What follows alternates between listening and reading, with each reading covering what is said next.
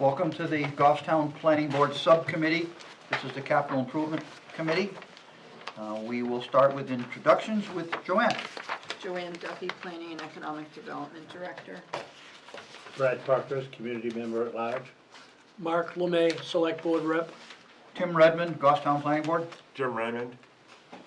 Olivia Welch-Erdahl, Budget Committee. Vanessa Hayes, School Board. Thank you everyone for being here. I saw minutes online, I believe. Joanne, correct? Yep. Yes. Okay, does And anybody they were have, emailed. a consideration of the minutes from the last meeting? I have just one, it's on Parks and Rec. For those who don't know, I am a Commissioner of Parks and Rec. It states that the two parks established in the early 80s, I would like to say it was actually the early 70s. All right. Correct the record. Anybody else? So we're looking for a motion on the amended I'll minutes. move we approve as amended. I'll second.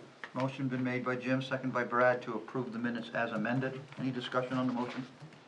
Seeing none, all those in favor say aye. Aye. Opposed? Abstention? I will abstain, I was not present. Same. So we have two abstentions. Did you get them, Joanne? Yes.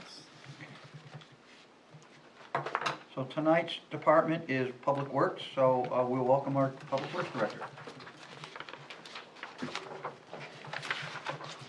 For the record, just put your name in, please. Sure. Adam Jacobs, Public Works Director. Good evening. I do have a handout. Tim had homework and I've got a handout. Just kind of a one-page info sheet that I've been using the last couple of years for the different committees about the general ins and outs of DPW, but on there is some of our equipment list and that sort of stuff. So helpful to have, somewhat handy.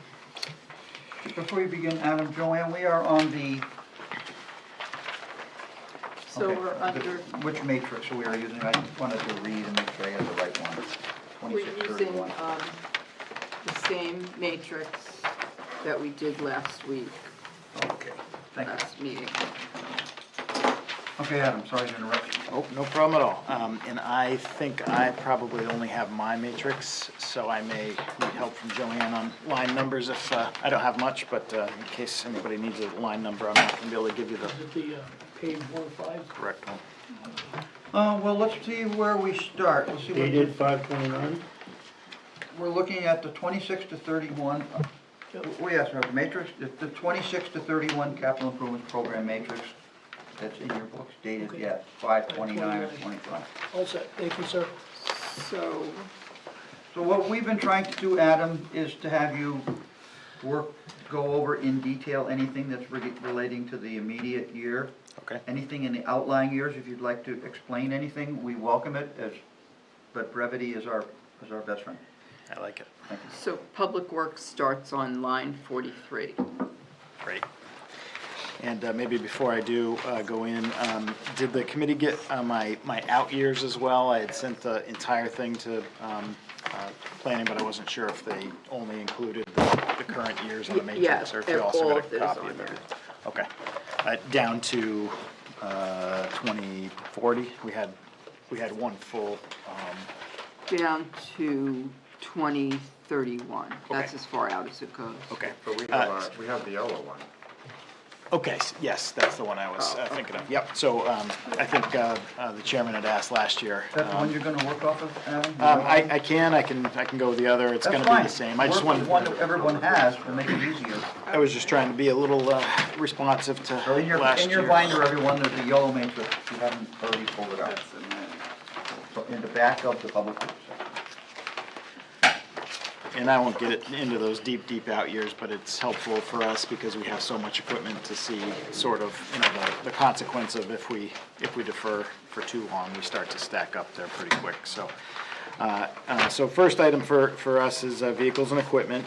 As you see on my worksheet, we've got a total project cost of $5,420,000 over the 5-year window. Our first year, our 2026 year, is largely made up of equipment that's been deferred from previous years. So if you've been on the CIP for a bit, you will probably recognize these, or if you're on the budget committee, you'll recognize some.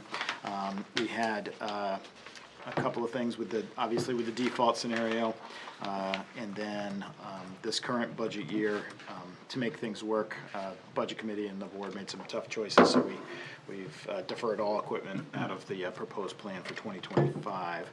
So you'll see some of these again.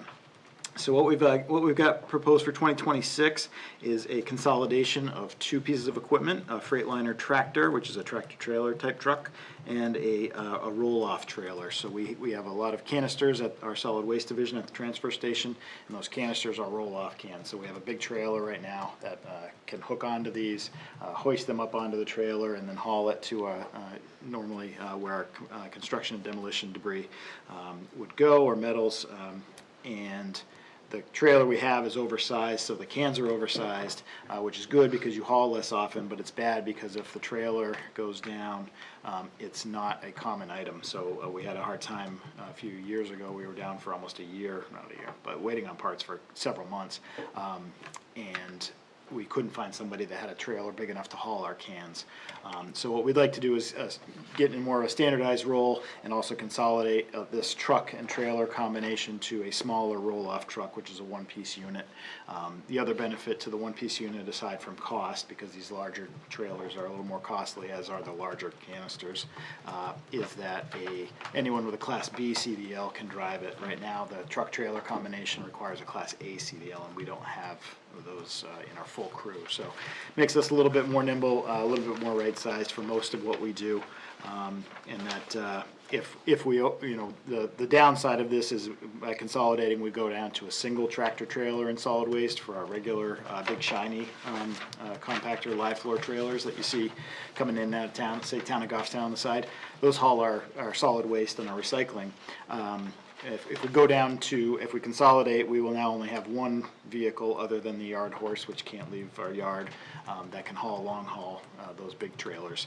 But the good news is that's a pretty common item, so if we had to hire somebody or rent a truck, we could without too much trouble get a fifth wheel to connect those. So we think it's a better move for the long term of the department.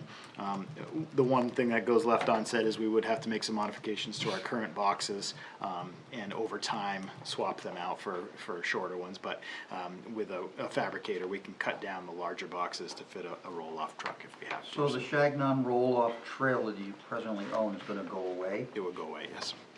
Yep. So that's item number 1 and 2 for me, would be those consolidation of those two units. Item number 3 is one of our 4 curbside packer trucks. It's a 2016. That's also been deferred.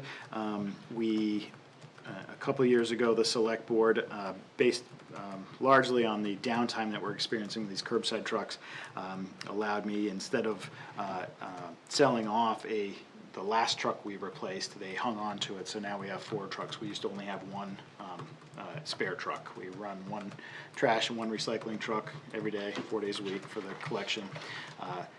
Quite often we were finding ourselves with the backup truck online for extended periods, and that becomes a little bit of a puckering moment when we're not sure if the next breakdown is going to now slow down the pickup for that day, or potentially put us into picking up on a Saturday repeatedly, that sort of thing. So Did you say 4 days a week? yes, yep. Okay. Tuesday through Friday is our regular curbside schedule. So the select board let us hang on to that outgoing truck, so we have 4. This would be one of those 4, but as part of that arrangement, we had agreed, this truck had an engine replaced a couple of years prior to that. We agreed to hang on to it, so now we've deferred it, but it is time to replace, otherwise we'll get off schedule because we have 4 trucks. So that's our second item that we're requesting. Third, we have 4 message trailers, 2 of which are newer with hydraulic lift capacity, and 2 are older with a hand crank, a winch and wire rope type scenario, which is a little bit unsafe. The newer versions of these also allow us from anywhere in town. If you have a mobile connection, they have a little cell in them. You can program them remotely. So if we had a big incident or a traffic accident or something, we could change the message from anywhere, which sometimes comes in handy for a changing work zone, for example. So this will be the replacement of the one of the older two, and then we have a second. The last oldest unit would be replaced next year, and then we would be good for a little while. Those last, they have a pretty good lifetime, and they're solar battery powered. There's not much to them. And then the next item I've got would be a Ford F-550 with a sander and a plow package. So that's not quite our large dump trucks, but that's our smaller. You might hear it referred to as a 1-ton. So an F-550 with a plow package, a wing plow and a sander for the back. And then the last item is a smaller trailer. It doesn't meet the CIP threshold, but we try to, any of our equipment that's titled and wood plated, with motor vehicle plates, we try to keep on CIP. So this is a smaller 18-foot trailer. So those are my items for this coming year. And then as you kind of look at the out years, we really try to avoid doing too many of the more expensive solid waste vehicles, as you know, and heavier equipment in the same year if we can help it. But some of these larger 6-wheel or 10-wheel dump trucks that we have, once you buy the truck and the stainless steel bodies and the plow package, they get fairly expensive. The other item I'll note is we are experiencing, similar to fire, very extended lead times for equipment. So a good example, the last time we ordered a heavy-duty 6-wheel dump truck was right at the end of 2022. We placed that order with the truck manufacturer. We just got the body completed at the body upfitter last week, and it's back at ATG in Manchester, which is the truck seller, to do one final look through the truck and make sure the body fitter hasn't made any problems. So it's taken since I think it was October of 2022 when you placed the order till now to get that truck. So you can add a couple years to the age mentally of all these. So we're working on it. That truck is a 2007. It actually isn't on the matrix because it's in that weird zone of we've already ordered it, so it's off the matrix, but we don't have the new one in yet, so I haven't added it to the bottom. But it's a 2007, so here we are 18 years in when it's finally getting the new truck to the door. Can I ask a question? So, I'm sorry if you already answered this, but everything that's going for 2026, was that all bumped from last year? Because budget Let's see. cut it. I looked at the I old mean, matrix. you know what I mean? Like, did it bump the entire matrix If you look a at the- year? Pretty much. Yeah. If you look at our matrix, it shows where it was the planning board adopted and it was Right. zeroed out at the budget. I guess level. what my question is so if this had passed last year, would everything that's on like 2027 have been being presented now for this year, or? Pretty Pretty close. much. We did tweak a few things, trying to level out that year to Yeah. year as best we could, and trying to now, two things we're trying to do is be a little bit more realistic about inflation. That's kind of a moving target, of course, but so we've programmed in some of those numbers, so hopefully we're a little closer to what reality is. I think I saw last week DOT, New Hampshire DOT is using 3.74, I believe, percent annual inflation. So that's one thing, and then a few others, just sort of that slotting. Okay, why we don't want to be at, if we can help it, $1 million total 1 year and 600,000 in another. As we get way out into the out years, I knew since it's really off CIP's radar, but I wanted to show it. You'll see some pretty crazy swings right at the end, but those are strictly based on just time of ownership and expected replacement. As we get closer, we'll sort of balance those out again. Thank you. I got one quick question, and this is just for clarification. On that 1-ton pickup you're looking for 2026, Yes, sir. and the trailer for same thing, is that the same type of truck that pulls that trailer? I'm thinking of Yes. Jason, what he usually pulls. Exactly. Thank Yep. you. So our 1-tons usually will haul those equipment trailers or small base and repair trailers. Yep. The larger trucks can, but we run back into that same problem with the Class A license. Once your total combined weight is above a threshold, you need a Class A license. So usually it's the smaller F-550s. Cool, thank you. You're welcome. Any questions for this year's requests for the vehicle matrix? I guess this is more of a political question as much as but what's the chances, Mr. Selectman, that we're gonna retain these in the budget? Because if you look out in the next few years, they're all pretty crowded. There's not a lot of room. And I don't know where the selectmen are. We talked about that, Jim, and, we are really not sure, only because we're not sure what the budget committee is gonna keep, take away, or do. I honestly don't have a true answer for you at this time. Select board's in for a big well, we all are, Yeah. but select board in particular, we can kind of just say this is what we need. But to go from 0 to anything is gonna be an uphill battle for sure. Yeah. Some of it, just to kind of pepper in, some of the things that we look at obviously is, are there grants that are available for certain equipment? Well, we looked this current year, we thought we had one truck that would be eligible. It was the very last model year that would slot into the DERA, the Diesel Emission Reduction Act grants, part of the Volkswagen Trust Fund that comes back from the state level. So we had one truck that would meet from the age perspective, but the annual mileage wasn't high enough to qualify for what they want. They want to take those high mileage over the road trucks off the road and swap them out for more efficient things, and we just didn't meet it. So, but we are looking. They just announced today. I saw the DES sent out a newsletter that they've got another round coming. So usually, as those rounds get renewed, they change that window of time. So we may luck out and just hit one just right. If so, we'll hop right on it and make the application. A couple years ago, we got approved for a battery EV trash truck if we wanted to go for it at like a 90% reimbursement rate. We could not find a manufacturer, especially in the Northeast, that was willing to stand by a truck that could last all day. The battery life, especially in the winter, is reduced. That's why they offered the money, because Exactly. you couldn't buy one. So as that technology gets better, or as hydrogen maybe comes online, we'll continue to look at those and jump on any opportunities we can. But between the select board and myself, it was great. We got the grant app approved, but it just wasn't the right time to hop on it if we're going to now be behind the 8 ball with having to swap trucks in the middle of the day and have more online and have mechanics that even know how to work on an electric vehicle. Well, you've done a good job equalizing your 6 years out, because you're running almost $1 million, between $800 and $1 million almost for vehicle purchases, which means you're at least taking the time to slot them in to try to not negatively affect the taxes, and that's what we're looking for. Thank you. You're welcome. Anything else?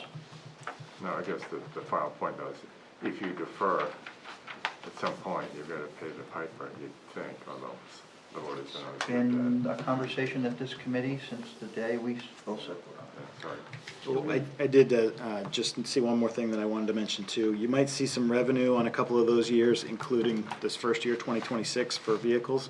The New Hampshire the Beautiful group is sponsored by New Hampshire Recycles, which is formerly the NRRA. You might have heard that phrase in the past. They are largely funded through the bottling companies as a way to kind of give back with their corporate efforts. They offer recycling for recycling related equipment and vehicles. You can apply and get a $5,000 grant. No strings attached. Once you purchase the equipment, they'll send you the check. We're very successful with that. Almost every year that we've applied, that we've been eligible, we've gotten it. A couple of years ago, it must have been 21 or 22, we had actually 2 vehicles, a Bobcat and a truck, that were eligible. They actually gave us a second grant. So we'll keep applying for that, and as long as they'll give it to us, we'll certainly take that. So that's why you see that $5,000 pepper in a few of those years that we have eligible equipment. Okay. Next topic. Okay, so then for me, projects. For board members, page 3 of the matrix, it is line 112 is public works project. We have the road plan first and critical culvert replacement rehab program. That's right. Yep. What was the number, Yeah. Tim? 112, page 3. Page number 112. Got it. Page 3. And before I go, since I mentioned grants for the equipment, I'll mention this as well. Talked to Danielle, Derek, and Joanne. On your revised matrix, you will see a revenue for this section as well for DPW. We feel it's appropriate to include the state's highway block grant funding as a revenue, since it has to be spent towards highway or highway-related items. So in the future, you'll see a highway block grant revenue line. Just for reference, the current block grant window, they run on the state's fiscal year, which is July through June. The current block grant revenue, so starting this month through next June, is $456,700. So that's it's been included, baked in the cake in previous budget years, but starting it this year, at least with CIP, we'll include it on the CIP revenues, since that's really where it belongs. That's pretty much gas tax money, right? I think that is primarily where it's It coming is from. gas tax money, I believe. Okay, so Okay. we'll let you run. So I really only have two big projects here in the out years, in the timeline. And when I'm done, remind me, I have just a note from the cemetery trustees. Okay. First one is our big one, bread and butter. This is our road plan. We carry some funds in our operating budget each year for resurfacing, which is used primarily for the previous year's rebuild and reclamation projects. We base pave those projects in year one. We let them season over the winter, and then the following year we do the top coat, 1.5 inches of asphalt. So we carry a certain amount in our operating budget to pay for that, to make sure we don't leave any roads half paved, even in a default scenario that's been there right along. And that line also pays for a lot of maintenance overlays. So as the roads get older, roads that we might have reclaimed 10, 12, 15 years ago, especially for the commuter roads, we need to resurface those, otherwise they will fall into that full, failed disrepair status, and then we'll have to spend big money again to get them back up. So if you keep your good roads good with regular maintenance over time, you can reduce your overall life cycle cost. This line primarily goes towards bigger rebuild projects, larger drainage projects that might have some road included, and then any of those neighborhood streets maybe that are past that initial 10 to 12 years that really need something. We might not be able to afford to do a full drainage project at this time, so we'll do a temporary shim, Band-Aid. We used to call them Band-Aid shims, but it's kind of, I don't know, sounds like we're not quite doing our job, but sometimes you just have to do something as a stopgap measure. The road is so bad that it's not worth putting a nice thick layer of asphalt on, because it will deform quickly. But if you can do a shim coat to at least get a smooth riding and a plowing surface, get rid of some of those surface potholes, it'll buy you a few years until you can get the project that you really need into the queue. So it's kind of a mix. The big takeaway, I guess, from 25 is that at the budget committee level, again, back to those tough decisions that were made, our road plan was reduced by $450,000 from my proposed level. We had been flat for a couple years in a row, which probably to our own detriment. We didn't keep up with inflation, but we were trying to, similar to the CIP, we were trying to keep a predictable level number for the voters. Last year we took that, it was a place where they found funds to make the budget work and get us out of default. So $450,000 came out of the road plan line. Which doesn't reflect the math on our sheet, Adam. The planning board adopted $1.8 million, and the 25 adopted budget was 1,150. That's $650,000. So I can't remember the time. They put some money back in? I couldn't quite remember the timing, but my proposal to the select board was the 1.8. The select board, at the select board level, they brought it down to 1.6, which was a flat line. Oh, okay. And then at the budget committee, so sorry, I missed a step in there. So 200 came off the top to Yep. begin. Exactly, yep. Thank you. So there was a special article, as I'm sure probably everybody in the room remembers, to add road plan funding back up, that $450 that was taken out, based on the political decisions and the fact that it was funded from taxation, I think, instead of unassigned fund balance as the last time it was on the ballot.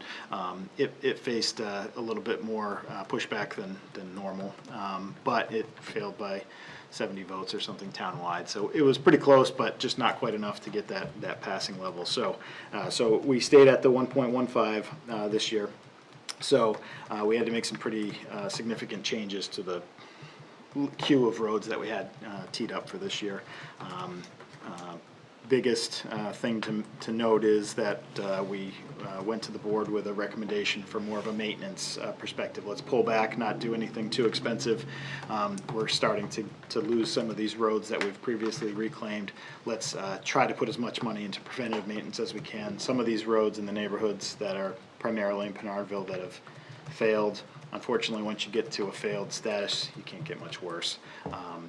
But a road that's in a 60 or 70% quality can get to a 50 or a 40% fairly quickly if you don't do something. So went to the board with a maintenance first type strategy to readjust our funds. We had some residents kind of put together a little group. They came to the board in May, and by that time we had some savings in health insurance and some unfilled positions. And now, 5 months into the year, that's a surplus sizable enough to do something with. So between some of the surplus at town hall for that and a few of my lines, such as roadside mowing, knotweed treatments, help me out, Mark, I'm forgetting one, I'm sure, but, catch basin cleaning. So some of my maintenance lines from my operating budget were reduced, and then some of the town hall surplus was combined to get enough money pulled together to do one reclaim project, and in that case, Laurel Street in Pinardville, which has been in the queue several years So you now. pulled back from other maintenance items to move it into the asphalt line? Yep. So that's a rabbit you can pull out of your sleeve, once or twice, but if you do that too many years, now you've got trees on the sides of roads instead of grass. I can't mow those. You've got catch basins and pipes that are now filling with silt, and falling into disrepair or clogging, and that gets more expensive. And in the case of knotweed, it's invasive, so if you go too long without treating, as we've seen, it comes back with a fury. So I hope to be able to fully fund those items again.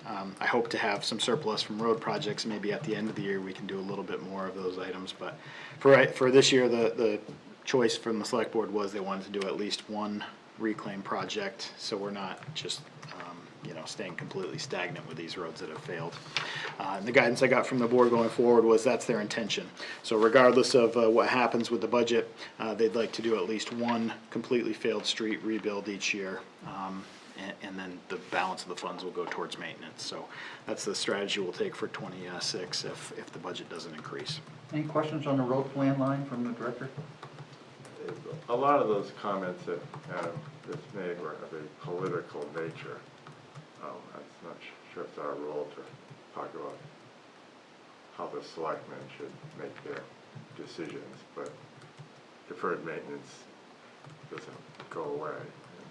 All your shoulders and drainage catch basins. And I have a spouse who teaches about invasive species, so I'll add knotweed to that. That problem will get worse, so is that really the proper allocation? And voters have to see some pain to recognize the consequences of deferral, and some of those, they don't feel the pain for quite a while. Roads, they seem to see. I know every year we get the list from Adam, and we look and study that list, and, some of the roads are even, we go out and look at them ourselves physically to make sure that, will it last another year, will it not last another year?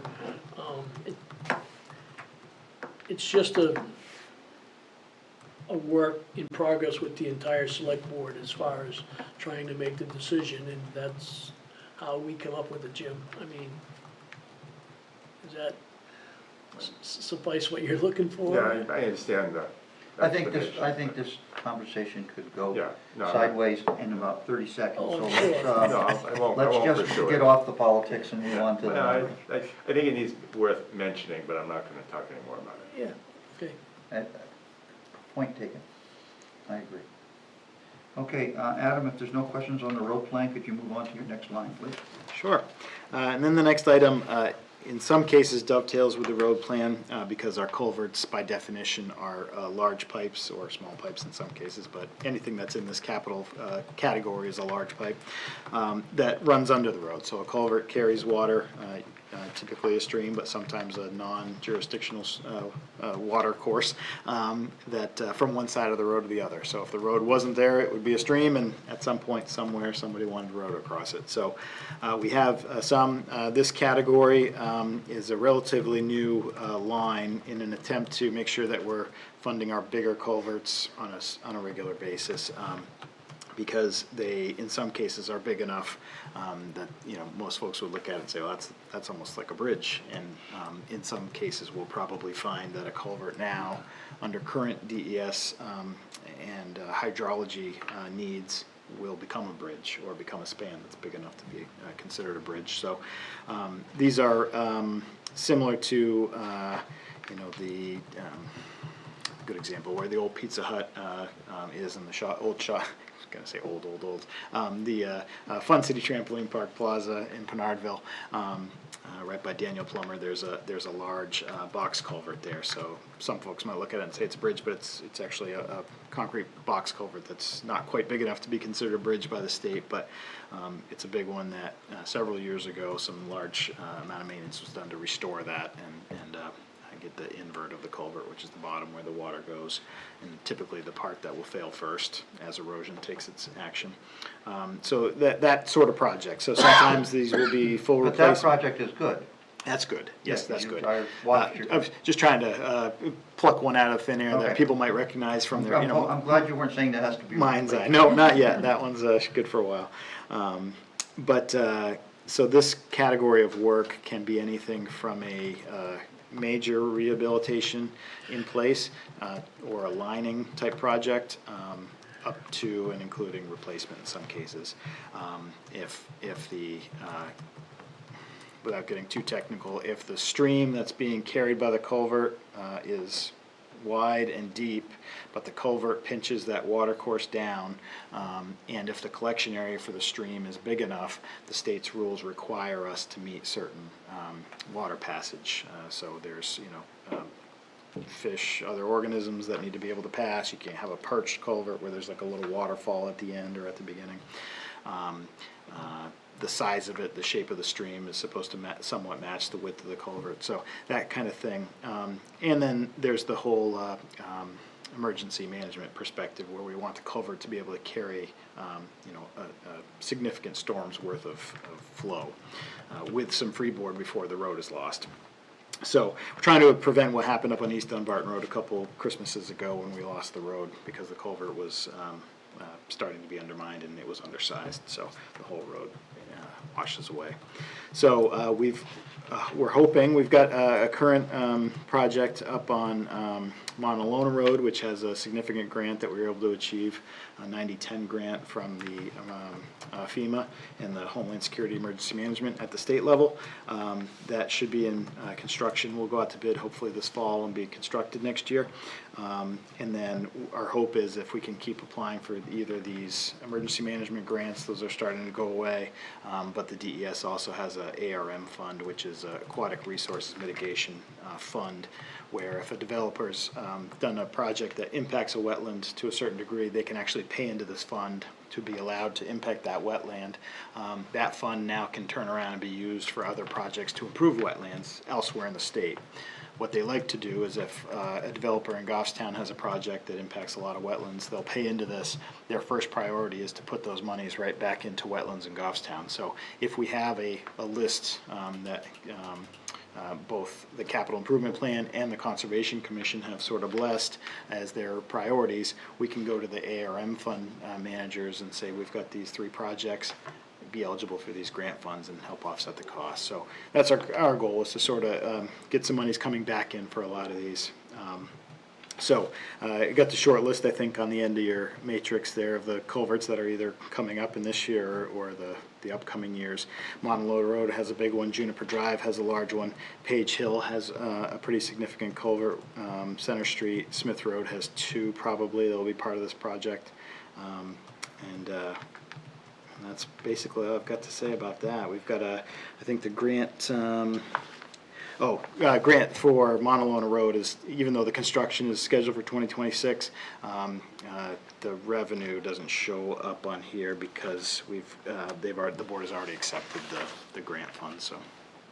So it sounded like these culvert repairs are bid items for contractors, does that sound correct?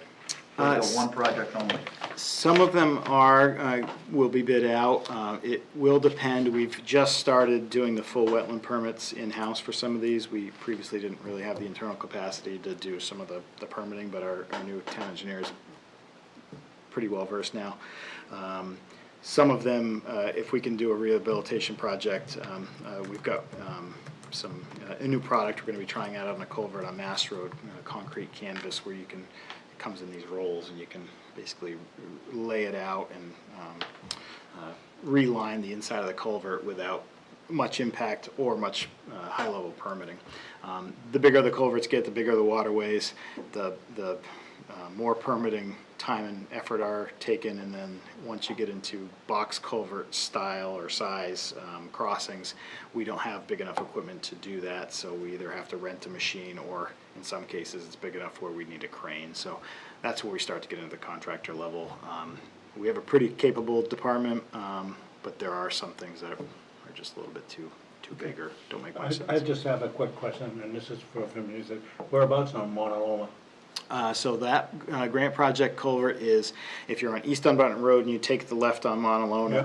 almost immediately, you go over a slight rise, you cross Right up near over, Mercer Court, or? right before it, yes, right between East Dunbarton and Mercer Court. Okay. It's a 48-inch culvert, identical basically to what was on East Dunbarton Road that was lost a few years ago, and it's the same water course. So we've got a good example of what can happen if we don't maintain them. Any questions for the Public Works Director's presentation tonight? Oh, if no questions, I do have that one cemetery item. It's not on here because the funding source is not locked in, but I think as you may know, if you've been paying attention with cemetery items, they're trying a cypre process, which allows the trustees to unlock, I guess, funds that were put into perpetual care accounts, sometimes a couple hundred years ago, and commingled. Once, it's a kind of a no-no, but it's happened decades ago now. Once funds are commingled, or if they're not tracked where they came from, state law doesn't allow you to spend those because you don't know who paid, and now you're gonna spend somebody else's funds that they've given to the town on somebody else's gravesite. There's a process called cypre where you can petition a court to look at this, the state's trustees to look at it, and if they find good cause and you've done your due diligence, they can approve use of those funds that otherwise are just going to sit. And you can now turn that into projects that might benefit the whole cemetery. Long way of saying, probably this time next year, the cemetery trustees in one of the out years, if this cypre process, which the town attorney is working on right now, if that's successful, it's a couple $100,000, I think, in trust funds that will be unlocked. So they're going to probably propose projects such as refurbishing the West Lawn, the old West Lawn Cemetery side fencing. A lot of that wrought iron fence is getting pretty old, rusty. Some of the gates no longer work or are broken. So they're going to start chipping away at that, make it a couple-year project. Hillside Cemetery has similar fencing. So you'll see those pop up. And they asked me to put it in the long-range schedule, but because that cypre is not a done deal, I didn't think it was appropriate until it is. Next year. Quick question, okay, those are the type of funds you used for up at Shirley Hill to enlarge up there? So for Shirley Hill, no, we used some cemetery trustees did some one-off operating budget funds for that.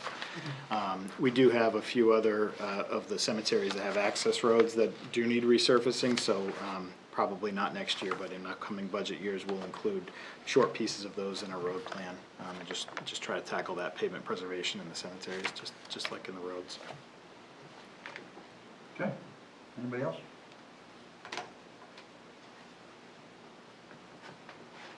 Okay, Adam, thank you for coming in. All right, thank you so much.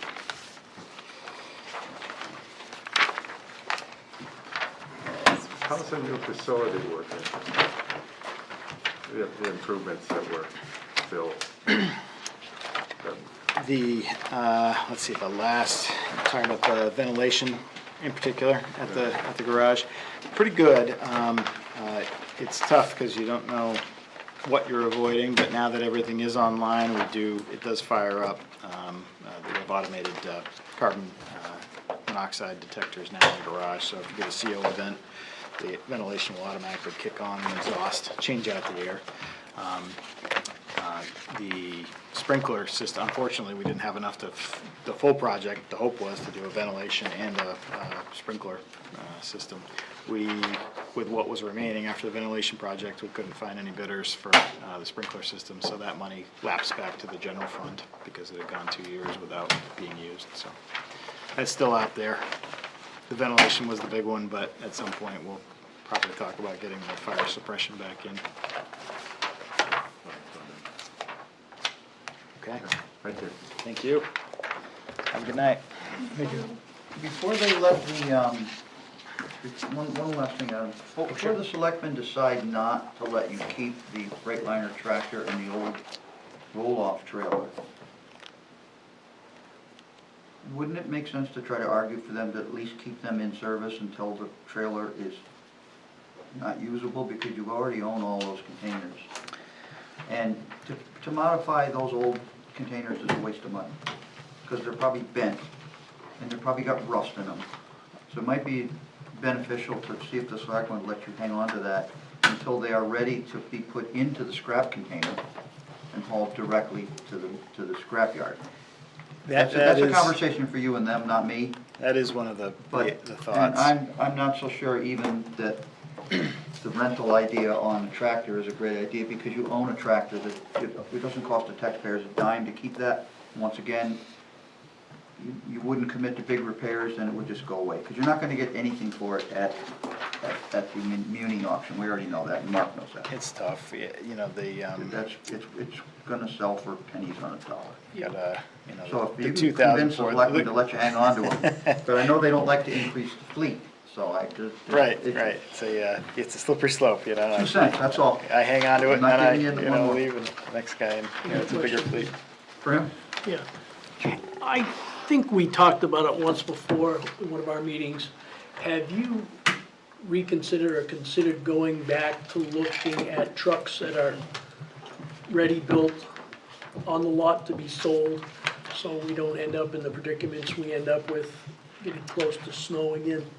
They are out there. It's a double-edged sword, because you can save a little bit of money, and sometimes you can save some money. This past cycle where we went out to bid in 2022, we opened for any lot vehicles. We did have a few bidders that had, I think HP Fairfield had 2 lot trucks at the time, and they were actually more expensive, which was a little surprising to me. Usually the lot vehicle, you can kind of get a little bit of a deal, but the good news is you get it Yeah, basically right We then don't- and we there, don't wait. instead of 2 But years, every 3 years later. municipality in the state has the same problem he does, so there's not a lot of available vehicles, unfortunately. They turn into Bidding kind of wars. Frankensteins or bidding wars, right? So sometimes you get a truck that, for one reason or another, the wheelbase is longer than you're used to, so your typical upfit doesn't, work Yeah. out right. The controllers for the spreaders are different, so we try as best we can not to standardize the fleet. So we try to standardize the fleet so we don't have, one-off type salt controller where you have to stock an extra part for that, whereas right now maybe one part can be a backup for 7 trucks instead of just one. I'm not opposed to it if the right thing's out there. I think as we were trying previously in 2022 with the roll-off truck, that probably is a good example of one we could find, because that's not really a special order type item. The plow trucks are a little bit more, you like to have the same setup so you can stock those parts, but I think that would be the biggest. And then our heavy equipment, I didn't talk much about that tonight, but things like our excavators and our loaders, those are all very much, save for the radio and maybe the They're all generic. light package. They're pretty much right from the They all do the same manufacturer as thing. they come, so that's the good news there. I don't know if that answered the question, but yeah, no, that's, it did. that's kind of, Thank you. we do take a look at them, You might as well get while they're getting good. Yeah, right? Thank you, Okay, Al. thanks. Have a good night. have a good night.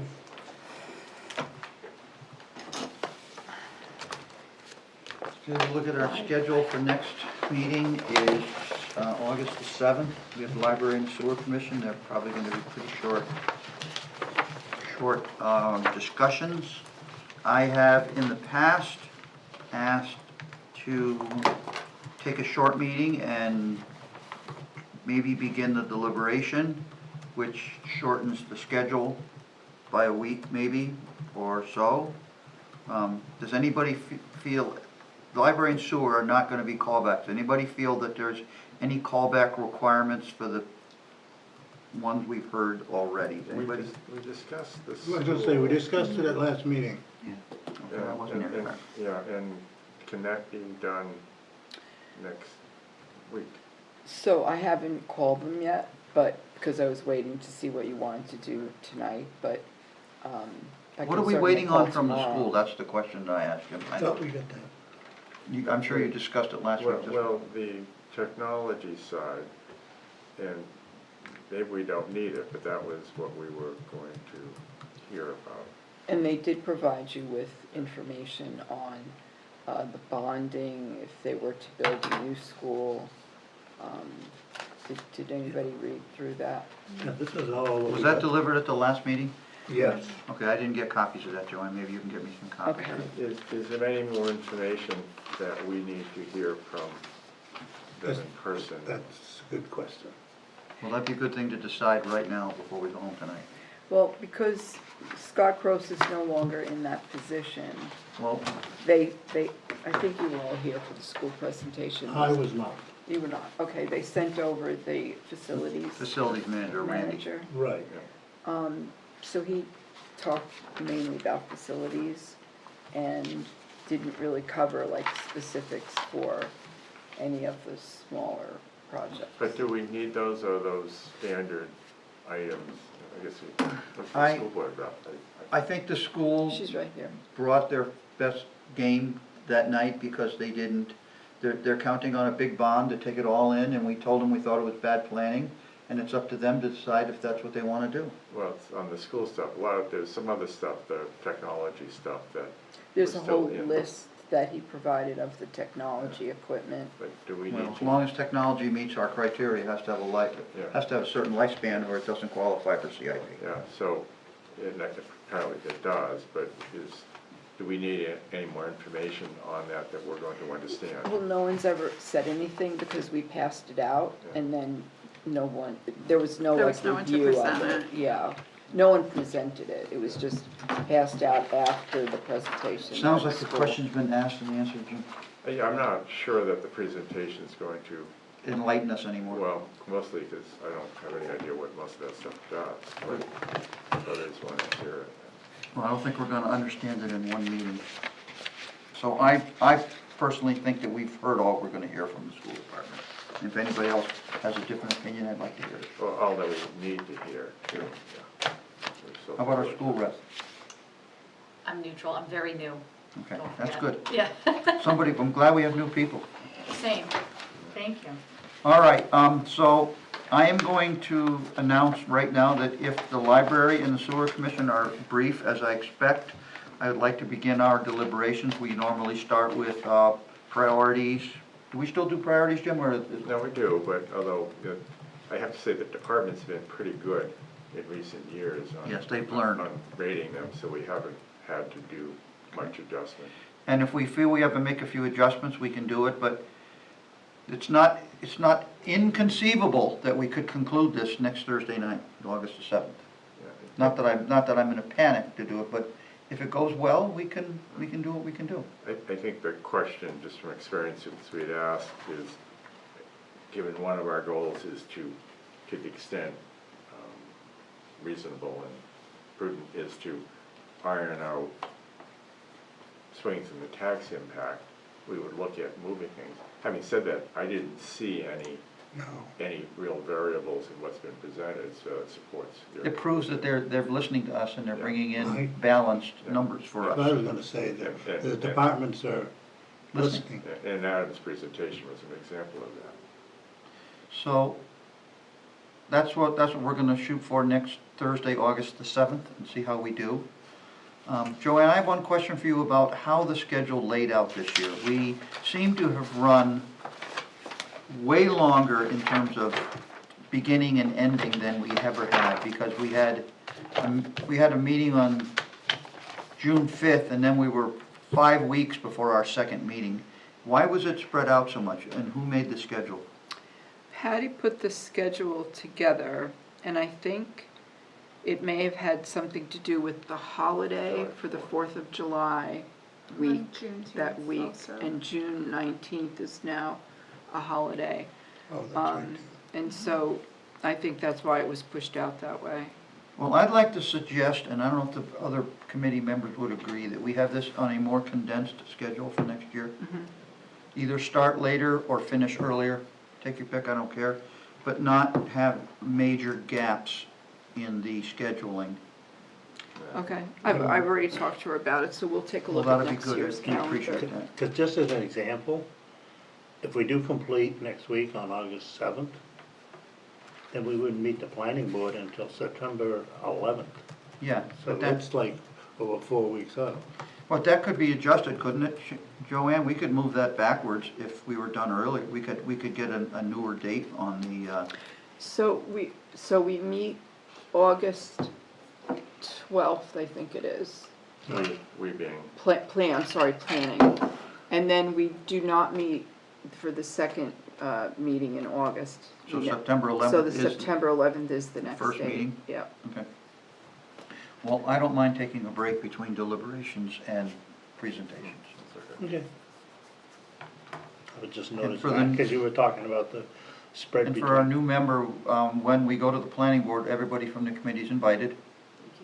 And anybody who would like to speak for their department is welcome to make this committee's presentation to the planning board if they felt compelled to. So, that means I can say less. You mean like, because I've always done, since I've been on this committee, Parks and Rec. so. If you like Parks and Rec, then that's great. I did Parks and Rec and sewer. Okay. Usually the members are assigned like one or two committees to Yeah, well, cover. we'll talk about Yeah. that at our next Okay. meeting. So you get ready for that. Anybody else have anything else for tonight? Yeah, we gotta take a picture. Yes.